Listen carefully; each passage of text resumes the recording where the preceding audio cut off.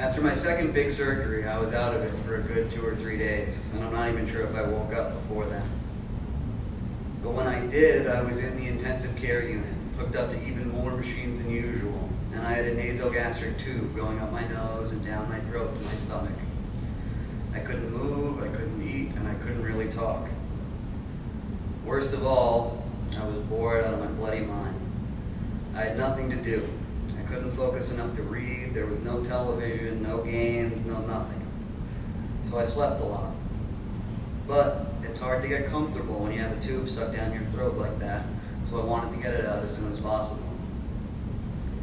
Dr. LaQualia, my surgeon, needed to come see me before that, though. So I waited and waited, and then eventually I fell asleep again. In the middle of the night, I woke up and Dr. LaQualia was standing there. I greeted him weakly, and one thing led to another, and I asked him when I could get the tube out. He looked at me and said, "Right now, if you want. Go ahead, take it out." I stared at him for a second, kind of stunned. "Right now? You want me to take it out?" "Yeah, go ahead. Just grab and tug."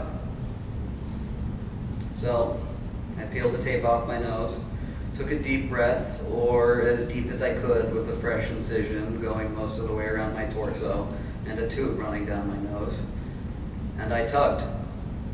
I felt the tube slide up the back of my throat and rub against the back of the inside of my nose. And it felt weird, to say the least. A good 6 inches was out of my nose, but I could still feel it all the way down to my stomach. I felt parts of my body that I've never felt before and have never felt since. I looked at Dr. LaQualia expectantly, and he just looked right back at me. So I gritted my teeth and pulled again. More came out, but even more was still inside. So I continued pulling hand over hand for at least another 5 or 6 tugs, and then the last bit popped out.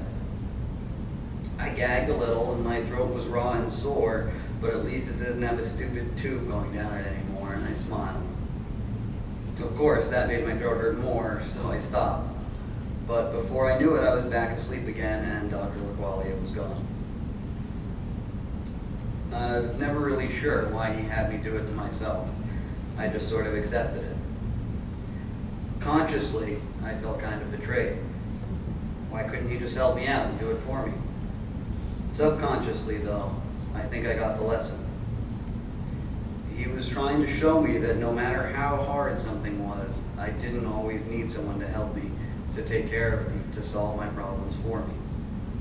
He was preparing me for when I wouldn't be able to rely on everyone else around me, even if they wanted to help me, because some things you've just got to deal with on your own. He taught me that sometimes you just have to help yourself.